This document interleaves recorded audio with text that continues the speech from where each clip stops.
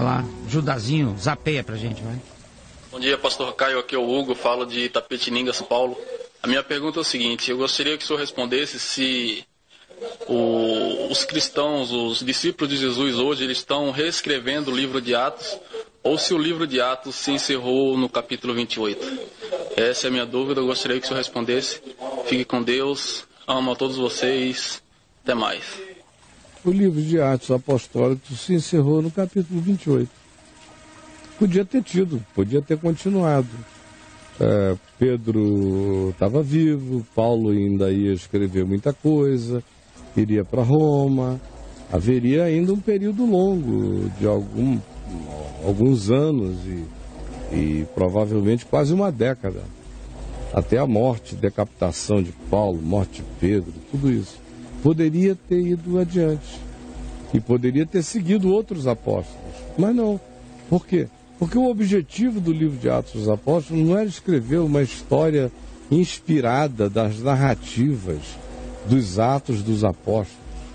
Não, era apenas a vontade e a necessidade de descrever os atos de alguns apóstolos, de alguns momentos, de algumas decisões que foram tomadas em certas horas, que determinavam alguns encaminhamentos que eram úteis de serem entendidos por aquela população de cristãos que estava viva quando o livro de Atos dos Apóstolos foi escrito.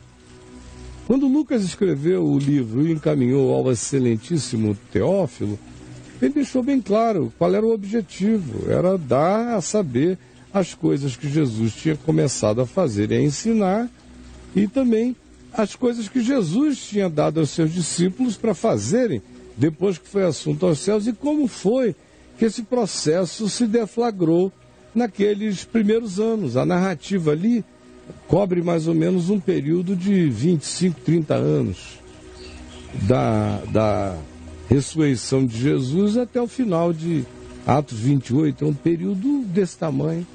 Mas não quer ser nada além disso. O que o Lucas diz é isso: eu estou escrevendo um livro para você, meu amigo, para você saber, para todo mundo que tem interesse saber. Nós é que olhamos para o livro de Atos dos Apóstolos, lemos aquilo como uma narrativa inspirada, letra por letra, vírgula por vírgula. Como o Espírito Santo fosse lá e Lucas tivesse feito. Não, Lucas era um cara que anotava, fazia anotação, juntava, fazia perguntas. É isso mesmo? Foi. Vamos botar aqui. Como é que foi? Checa de novo. Está confirmada. É uma obra de jornalismo histórico. Tratem isso assim, sem essa mágica. Aí continua sendo... Claro, a vida continua, né? Então tem... Onde tiver atos bons, tem atos escritos ou não escritos, mas que foram vividos. Como lá naqueles dias, quantos atos apostólicos extraordinários aconteceram e não foram escritos? Gente, vamos parar com esse culto ao que é escrito. As coisas mais lindas do mundo não estão escritas em lugar nenhum, nem na Bíblia. Sabiam disso?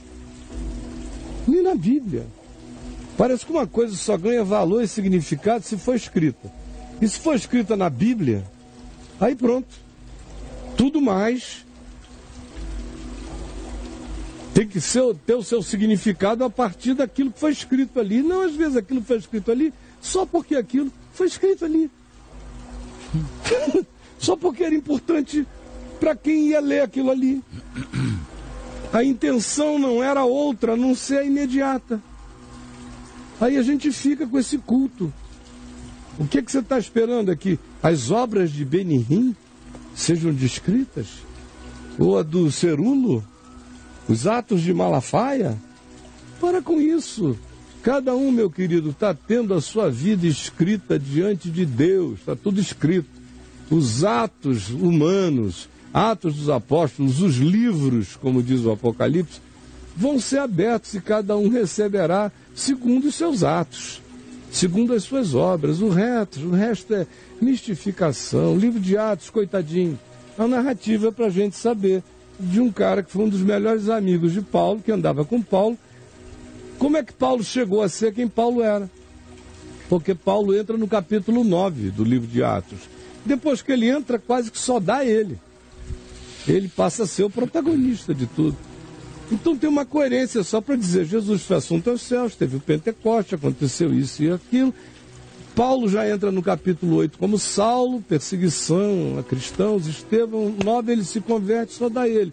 Por que só dá ele? Porque Lucas, que foi quem escreveu o Evangelho de Lucas, escreveu o livro de Atos, era o historiador de Paulo, andava com Paulo.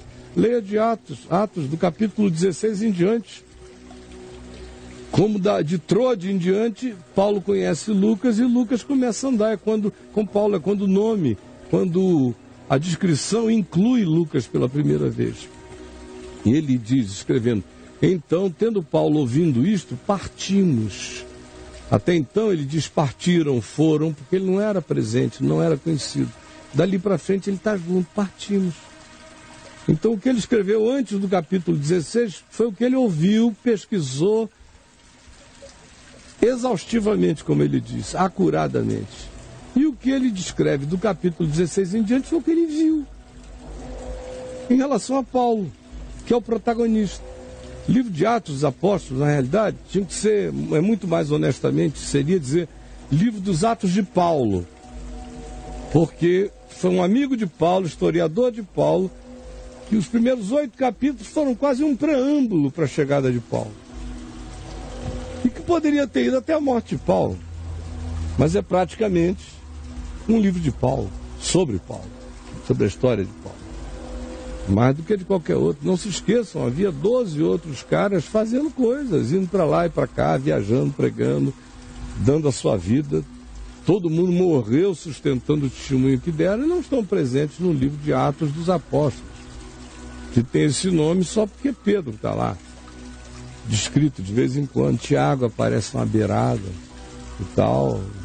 Mas a ênfase do livro é Paulo. O protagonista é Paulo. Claro, vamos parar de misticismo, vamos ler a Escritura com menos mágica, gente, por favor. O ideal é ler sem mágica nenhuma.